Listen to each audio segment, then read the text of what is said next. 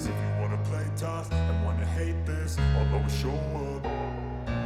I don't ever slow up, no I don't take shit. I got no love for the fakeness. If you wanna play tough and wanna hate this, I'll always show up and make a statement. I don't ever slow up, no I don't take shit. I got no love for the fakeness. If you wanna play tough and wanna hate this, I'll always show up. Himgiri तनये हेमलते अम्बरीश्वरि श्रीललिते महामव Himgiri तनये हेमलते रमावाणी संसेवित सकले वीणावाणी संसेवित सकले राजराजेश्वरी राम सहोदरी राजराजेश्वरी राम सहोदरी हिमगिरि तनये हेमलते पाशाकुचेषु दण्डकरे अम्ब परकरे निजभक्तपरे पाशाकुचेषु दण्डकरे अम्ब परकरे निजभक्तपरे आशाम्बरे हरि केशविलासे आशाम्बरे हरि केशविलासे आनन्दरूपे अमितप्रतापे आनन्दरूपे अमितप्रतापे हिमगिरि तनये ಕಾರ್ಯಕಾರಿ ಸಮಿತಿ ಸದಸ್ಯರಾದ ಹಾಗೂ ನಮ್ಮ library committee chairman ಆದಂತಹ ಸಂಧ್ಯಾ ಪ್ರಭು ಅವರು ಪಡೆದಿದ್ದಾರೆ. ನಿಮ್ಮೆಲ್ಲರ ಪರವಾಗಿ ಅವರಿಗೆ ತುಂಬ ಹೃದಯದ ಅಭಿನಂದನೆಗಳು. ಕಾರ್ಯಕ್ರಮವನ್ನು ಮುಂದುವರಿಸುತ್ತಾ ಇದೀಗ ಮಾನ್ಯ ಅಧ್ಯಕ್ಷರಲ್ಲಿ ಕೇಳ್ಕೊಳ್ತಾ ಇದ್ದೀನಿ, ಈ ದಿನದ ಮುಖ್ಯ ಅತಿಥಿಗಳಾದಂತಹ ನಮ್ಮ ಉಚ್ಚ ನ್ಯಾಯಾಲಯದ ಮುಖ್ಯ ನ್ಯಾಯಮೂರ್ತಿಗಳಾದಂತಹ ಶ್ರೀ ವಿಭು ಬಕ್ರೂಸರ್ ಅವ್ರನ್ನ ಗೌರವ ಸಮರ್ಪಿಸಬೇಕಾಗಿ ಕೇಳ್ಕೊತಾ ಇದ್ದೀನಿ. ಸಂಘದ ವತಿಯಿಂದ ಗೌರವ ಸಮರ್ಪಿಸುವಂತಹ ಸಮಯ. Requesting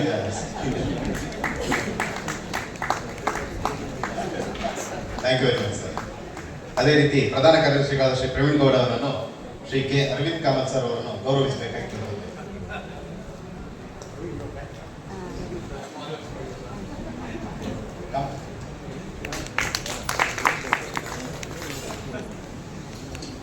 thank you very much sir.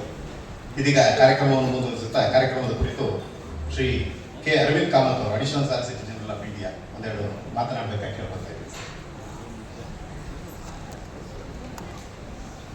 Honorable Chief Justice, Honorable Justice Uma, President Vivek Reddy and his entire team, Honorable Judges of the Court, members of the Court, family members of Justice Uma, everyone namaskara.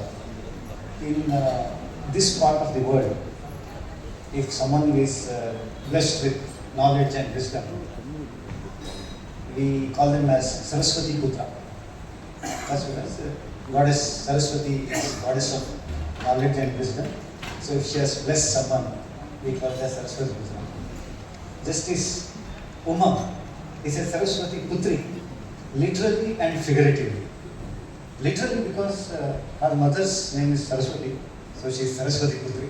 And figuratively, she has gained vast amount of knowledge and she is an embodiment of wisdom. So therefore, she is the Saraswati Putri. Her career in the sphere of law, spanning close to about 4 decades, is split into 2 parts. The first half as a practicing lawyer, and the remaining second half as a very distinguished judge, initially in the district court and in the last about 6 years in our High Court. As a judge of our High Court, she has left a fine imprint, and mostly on the criminal jurisprudence. In fact, her judicial philosophy has been very consistent, that criminal law must remain both protective as well as restraining. while it is important to protect genuine victims, the criminal law must also guard against the misuse. There is one judgment which she rendered recently which illustrates this fine balance. That was a case of dowry harassment, and the complainant claimed to have paid about 27 lakhs of dowry against demand by the accused husband, including cash and other jewelry. But then the record indicated that the complainant was a beneficiary under the Sandhya Suraksha scheme, for which she had to give a declaration that her annual income is 20,000 rupees. So the principle that Justice Uma laid down was that the income of the complainant is a relevant factor. Having found that on the facts of the case, having found that there was a complete mismatch, or that there was no substantial evidence to show that the complainant had the capacity to pay the amount of dowry that she had pledged, the proceedings were quashed. Similarly, there are various other judgments she has written in various domains. Her judgments have reflected a judicial approach of being principled and humane. But beyond all the judgments, the bar would remember her for the manner in which her court functioned. In fact,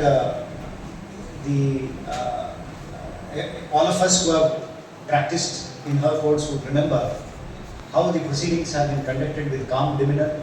Every counsel got a fair opportunity to present his case, while the proceedings were conducted with clarity as well as composure. They say a judge's legacy is ultimately written at two places. One is the law reports, the other one is the collective memory of the bar. By both measures, Justice Uma is leaving behind a very meaningful legacy. Her son Mukund, who is a bright young lawyer, who now being on the central government panel, is a colleague of mine. I am sure he will carry forward that legacy. And ma'am, for your next innings, on behalf of the entire bar, I wish to record a deep sense of appreciation for the distinguished service that you have provided to the judiciary. And on behalf of everyone, I wish you a very healthy and joyful second innings of your life. Thank you, AAB, for this opportunity. Jai Hind, Jai Karnataka. Mr. Justice M.G. Uma, my brother and sister judges, family members of Justice M.G. Uma, Mr. Arvind Kamath, Mr. Vivek Subbareddy, President, Mr. Praveen Gowda, General Secretary, Mr. Girish Kumar, Vice President, Srimati Shweta Ravi Shankar, the Treasurer, and other office bearers of the Advocates Association, senior advocates and other learned members of the bar, very good afternoon. We had a gentleman, a senior advocate, Mr. Kulkarni, who referred to Shakespeare and said what about beauty wit. I thought a more appropriate reference of Shakespeare would have been the Shakespearean sonnet. And I'll just set out a few lines from that. It said, "Shall I compare thee to a summer's day, thou art more lovely and more temperate? Rough winds do shake the darling buds of May, and even the eyes of summer sometimes subside. But thy eternal summer shall not fade. Because so long as lives this, gives life to thee." This for all the judges would be what they write. In that case, it was a sonnet that kept the patron alive. In this case, it would be this. It is giving a farewell or bidding adieu to one of our sister or brother judges is always a mixed feeling. But it is this moment like this that invites us to pause and to acknowledge and appreciate the dedicated services that Justice Uma has rendered to this court and to the cause of justice. The retirement of judges is never merely a personal milestone. It is also an institutional moment. A moment for the court to reflect upon the contributions of a colleague who has served the administration of justice with commitment, learning and integrity. Every judicial career begins with a commitment to the legal profession and a desire to serve justice. Justice Uma's professional journey reflects these ideals in a remarkable manner. The transition from bar to the bench is one of the most significant transformations in the life of a lawyer. It demands not only knowledge, law, but also the capacity to exercise restraint, fairness, and impartiality. Justice Uma embraced this responsibility with dignity and grace, bringing to the bench the same dedication that had distinguished her careers in the bar. An institution like the High Court of Karnataka is built over decades through collective efforts of judges, lawyers, and the court staff. Each judge contributes in their own way to the strength and the reputation of the court. And Justice Uma has been an important part of this continuing institutional journey.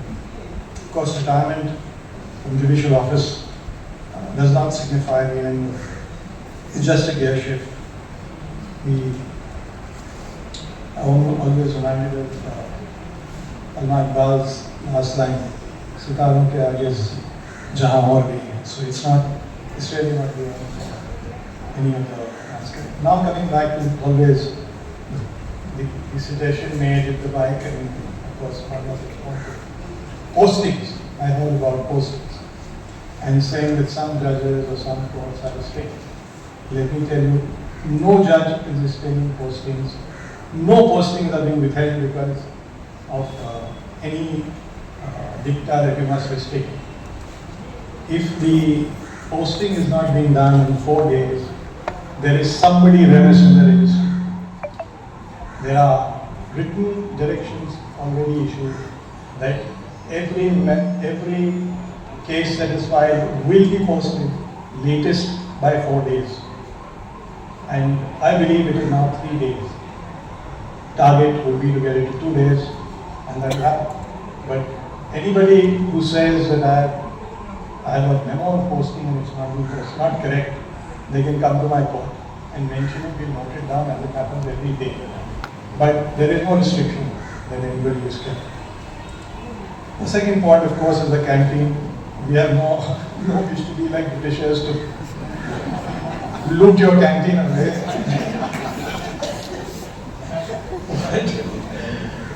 But I've always been transparent and shared it with everyone, including members of the association. Our priority is the data center. Our priority is to get e-filing and scanning through. Once we set that system up, of course, there's I've said we always accommodate, it has to be accommodated, it's only an adjustment where and how. And I think with that, I would end my talk with you. Jai Hind, Jai Hind. Honorable Chief Justice, sister and brother judges, Mr. Praveen Kamath, Learned Additional Solicitor General of India, Mr. Vivek Subbareddy, the President, Mr. Praveen Gowda, the General Secretary, Mr. Girish Kumar, the Vice President, Srimati Shweta Ravishankar, the Treasurer, and other office bearers of Advocates Association, Bengaluru. Mr. Chandrakant Patil, Vice President, Srimati Harini, Joint Secretary of High Court Unit, Executive Committee members of all the units of AAB, 11 senior advocates and the young members of the bar, ladies and gentlemen. I am extremely thankful to the kind words spoken about me by Honorable Chief Justice Sri Vivek Bathroom, Learned Additional Solicitor General of India, and President of the Bar Association, Bengaluru, and also by Sri Kulkarni, the senior advocate. While replying to the farewell address, I have already acknowledged that the bar is the judge of judges. Today, as I demit the office, it is the bar which will reflect on my functioning as a judge of this court. I must acknowledge the support and assistance I received from the members of the bar. Your meticulous preparation and respectful engagement having greatly contributed to the effective and dignified administration of justice. It has been a privilege to witness your dedication, perseverance, and the high standards you have taught to the practice of law. The professionalism, integrity, and courteous conduct of the bar have not only facilitated the work of the bench, but have also enriched the judicial process, creating an environment of mutual respect, collaboration, and constructive dialogue. In many ways, the bench and the bar are partners in the noble enterprise of upholding justice, and I remain deeply grateful to all the advocates for their invaluable contribution to the pursuit of fairness and the rule of law. To the young members of the bar, my advice is to be true to yourself, to your client, to the court, and also to your opponent. But never give up your endeavor in pursuit of justice. Hard work will never go unrewarded. Make your way to the top, not by unethical ways, but by establishing early in your career an unshakable reputation as a hardworking, straightforward, and reliable professional. Once you imbibe these qualities and identify yourself as such, thereafter, your job as a professional will be much easier. I wish all the young members of the bar to inculcate the professionalism and have mastery over the facts and the documents that you are relying on, the laws that are applicable. Such mastery over the subject will bring confidence while addressing the arguments before the court. One should never make a half-hearted attempt in conducting the cases. You should always remember that you are representing your client, who has entrusted the matter with immense faith that you will safeguard his interest. Never betray such faith reposed in you. I take this opportunity to appeal to the members of the bar to be vigilant in safeguarding the reputation of the judiciary. The senior members should lead the juniors by example.